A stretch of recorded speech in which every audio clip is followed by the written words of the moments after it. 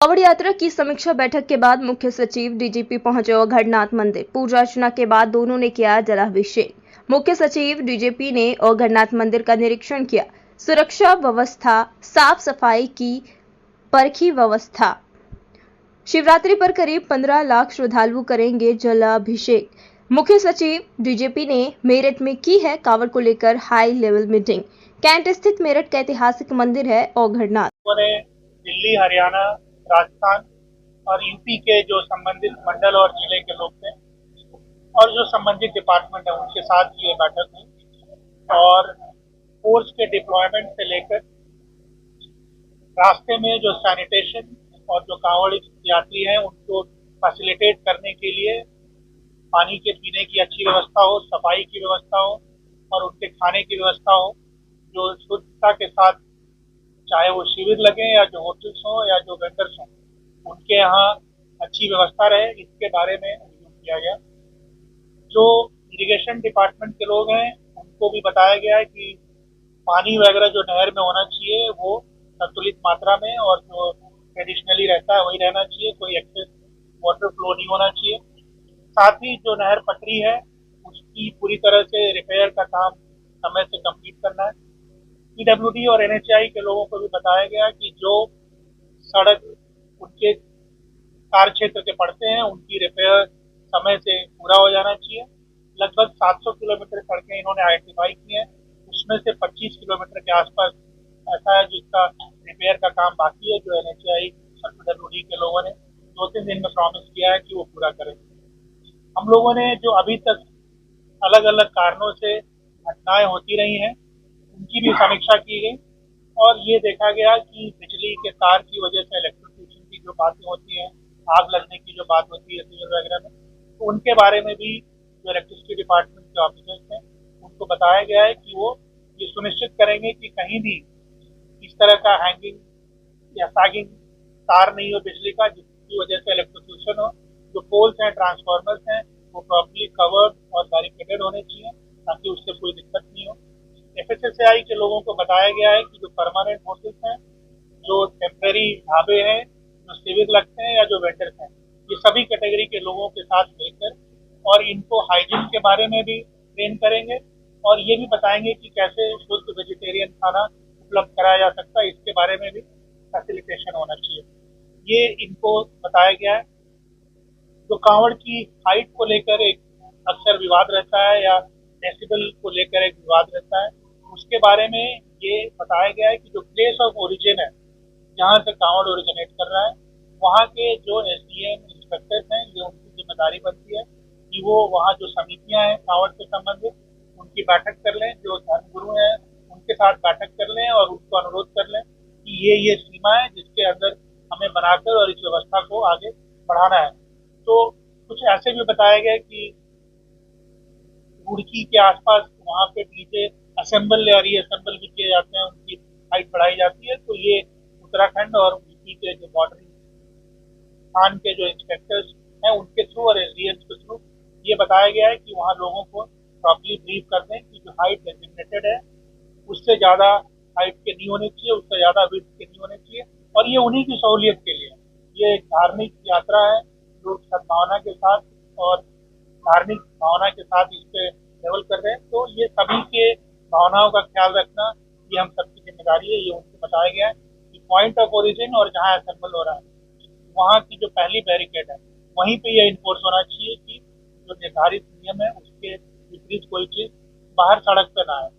तो इस तरह से हम लोगों ने सभी संबंधित विभागों को और सभी संबंधित राज्य के जो संबंधित अधिकारी हैं उनके साथ वार्ता हो गई है और हमें पूरी उम्मीद है कि हम लोगों का जो पहले का अनुभव है और जो हम लोगों के ऑफिसर्स का जो पहले का एक्सपीरियंस है इस तरह के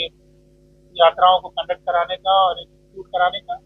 वो सकुशल ये 11 तारीख से 23 तारीख की यात्रा है वो भी बहुत अच्छी तरह से संपन्न कराई गई। यूपी में कुछ इलाके हैं जहाँ 23 तारीख के बाद भी ज़्यादा भीड़ रहती है, आगरा, बरेली, मुरादाबाद, वहाँ के लिए डीजी साहब ने बताया है कि फोर्स भी रीअलाइन करने की कार्रवाई की जाएगी। तो हमें पूरी उम्मीद है कि ये बहुत अच्छी तरह से यात्रा संपन्न होगी। Thank you.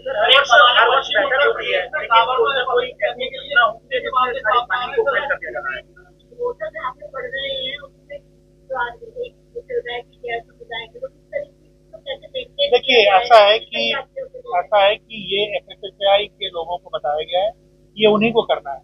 ये बाकी हर आदमी जाकर इस चीज को नहीं करेगा, FSSAI के लोग इसको करेंगे और वो QR कोड दे रहे हैं, जिसको आप जैसे ही क्लिक करेंगे यू कैन सी कि कौन है वेंडर या कौन है होटल का ओनर। ये हर आदमी की ये जिम्मेदारी है, हर आदमी का ये अधिकार क्षेत्र नहीं हो सकता है, ये सिर्फ FSSAI के लोगों को इंश्योर करना है। बाईपास महानगर के अंदर बड़ी बड़े डीजे करते हैं, तो बड़ा देखिए, हर साल सरकार की तरफ से इंफ्रास्ट्रक्चर भी बढ़ रहा है, सड़कें भी बढ़ रही हैं, सड़कें चौड़ी भी हो रही हैं, बेहतर भी हो रही है, वो सारी बातें हैं अपनी जगह पर, लेकिन भीड़ भी बढ़ रही है, कांवड़ यात्री भी बढ़ रहे हैं। जैसे अभी हरिद्वार के DM साहब ने बताया कि गत वर्ष ये करीब 4 करोड़ के आसपास लोग आए थे। तो लेकिन ये चीज बताई गई है कि जो बड़े डीजे हैं उनको शहर के बाईपास पे ही रखा जाए और शहर में न आने दिया जाए। जी हाँ, जी हाँ। ये उम्मीद की मतलब 4 करोड़ गत वर्ष की, तो इस वर्ष अधिक ही होगी, तो ज्यादा ही होगी इस बार। ये बताइए सर, आपने रोड को लेकर कोई तैयारियां कर ली है, लेकिन बहुत से कांवड़िए ऐसे हैं जो रेलवे की हाँ, रेलवे के ऑफिसर्स भी थे, उनको भी बताया गया है, ये स्ट्रिक्टली इन्फोर्स किया जाना है कि ट्रेन की छत पर कोई नहीं जाएगा और रेलवे स्टेशन पे पूरी अच्छी व्यवस्था बना कर रखी जाएगी, चाहे वो खान पान की हो या सेफ्टी सिक्योरिटी की हो, ये उनको अच्छी तरह से बता दिया गया है। बसेज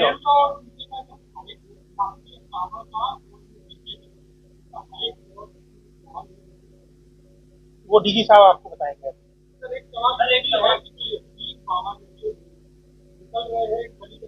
नहीं, वो नहीं कर सकते, नहीं वो नहीं कर सकते हैं, उनके लिए हमें कोई इंतजाम करने की जरूरत नहीं है। हमने ये इंतजाम किया है कि FSSAI के लोग इस चीज को एक्सप्लोर करें और बाकी कोई चीज, कोई आदमी या कोई ग्रुप या कोई समूह इस काम में हाथ नहीं लगाए।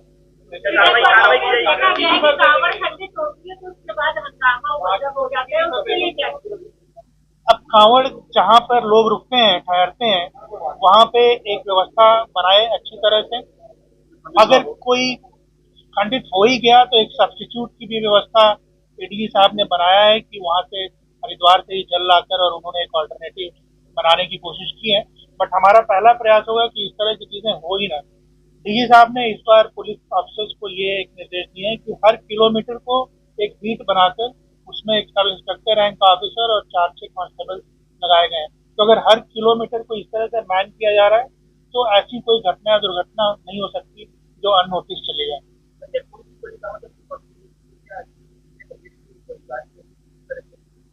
एक व्हाट्सएप ग्रुप बनाया गया है जिसमें सभी 4 प्रदेश के कंसर्न ऑफिसर्स उसके मेंबर हैं और ये इस तरह की बात हो डीजे के हाइट और विड्थ को लेकर या फिर कोई और भी घटना हो, एक्सीडेंट हो या इवन ज्यादा क्राउड हो रही हो, अगर बहुत ज्यादा भीड़ हरिद्वार में हो रही है तो इससे आपस में ये लोग चेंज करेंगे मैसेजेस को और बिजनौर या जो मुजफ्फरनगर है वहीं से वो ट्रैफिक रोककर और होल्डिंग एरिया में लोगों को ले जाने की व्यवस्था बनाएंगे। तो DG साहब आप नॉइज लेवल की बात है, इस बारे में सुप्रीम कोर्ट के ऑनरेबल सुप्रीम कोर्ट के भी निर्देश है कि 75 डेसिबल से ज्यादा उसका साउंड लेवल नहीं होना चाहिए और हाइट जो है वो 10 फीट और विड्थ जो है 12 फीट, ये इसको इंश्योर करना है। और इसके लिए जहाँ पर भी असेंबल होते हैं, ये मुजफ्फरनगर से मुर्गी से मुजफ्फरनगर तक की जो एरिया है वहाँ पर ये असेंबल होने की बात जानकारी में आई है। तो जो भी इसके कंसर्न प्रतिष्ठान है जहाँ पर ये असेंबल किए जाते हैं, ये उनकी व्यक्तिगत जिम्मेदारी भी फिक्स की जा रही है कि अगर कहीं पर इस तरह की कोई गाड़ी होती है जो फर्स्ट पॉइंट पर जैसे चीफ सेक्रेटरी साहब ने कहा है, तो वहीं पर उसको उसके खिलाफ भी कार्रवाई, जिसका असेंबल किया उसके खिलाफ भी कार्रवाई की जाएगी। इसके लिए सभी कांवड़ समूह से संवाद हमारे अधिकारी कर रहे हैं, उनको इसकी उपयोगिता के बारे में, इसके महत्व के बारे में और इसके इम्पोर्टेंस के बारे में उनको अवगत किया जा रहा है। लगातार संवाद स्थापित करते हुए इसको एनफोर्स कराया जाएगा, ऐसा सभी अधिकारी को कहा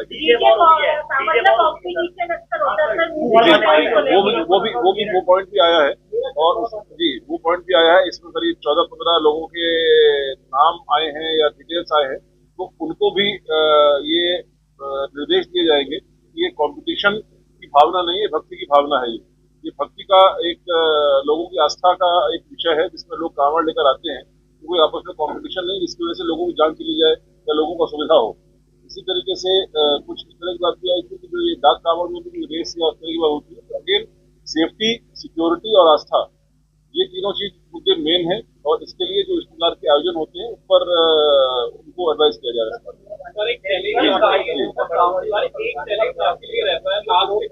नहीं ठीक है, वो जो उनके जहाँ से ओरिजिन होता है वहीं पर देखिए, ऐसा है कोई भी कांवड़ यात्री चल रहे हैं जहाँ से ओरिजिन हो रहा है, खासकर ग्रुप में जो चल रहे हैं, अपने वो इंडिविजुअल चलते हैं, वो बहुत आस्था के साथ अपने जल को लेते हैं, जल को चढ़ाते हैं। कुछ ग्रुप्स ऐसे होते हैं जो इस प्रकार की संकल्पना करते हैं, तो जो उनके इंचार्जेस हैं उनको आइडेंटिफाई करके उनको एडवाइस किया जाएगा और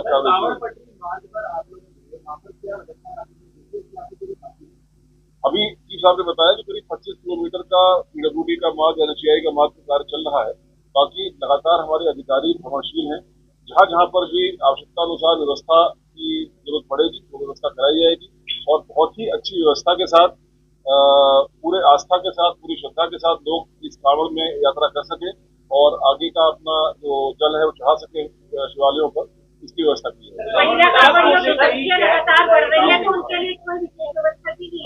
महिला कांवड़ियों के लिए जो कैंप्स हैं उनमें विशेष व्यवस्था की गई है, उसमें अलग से उनके जो सेग्रीगेटेड पोर्शंस भी बनाए गए हैं जिससे कि उनकी निजता में और प्राइवेसी में कोई खलल ना हो और बाकी की जो रिक्वायरमेंट्स है महिला कांवड़ियों की, उसके लिए हमारे अधिकारियों ने उनसे वो फ्री कैंप्स में व्यवस्था कराई।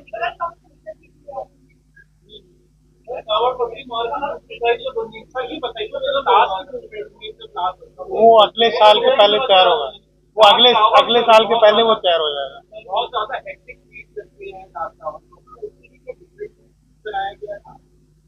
डाक कांवड़ के विषय में चर्चा हुई है और उसमें जो डाक कांवड़ अधिकतर हरियाणा से आते हैं, हरियाणा के अधिकारी यहाँ मौजूद थे और हरियाणा और उत्तर प्रदेश के जो कुछ पार्ट है वहां से डाक कांवड़ आते हैं, तो वो उनको भी बताया गया है। तो डाक कांवड़ का बेसिकली उनका एक निर्धारित समय के अंदर उनको वहां पहुंचना होता है, तो उसमें कोई सेफ्टी कॉम्प्रोमाइज ना हो, इस विषय में विशेष ध्यान रखा जाए।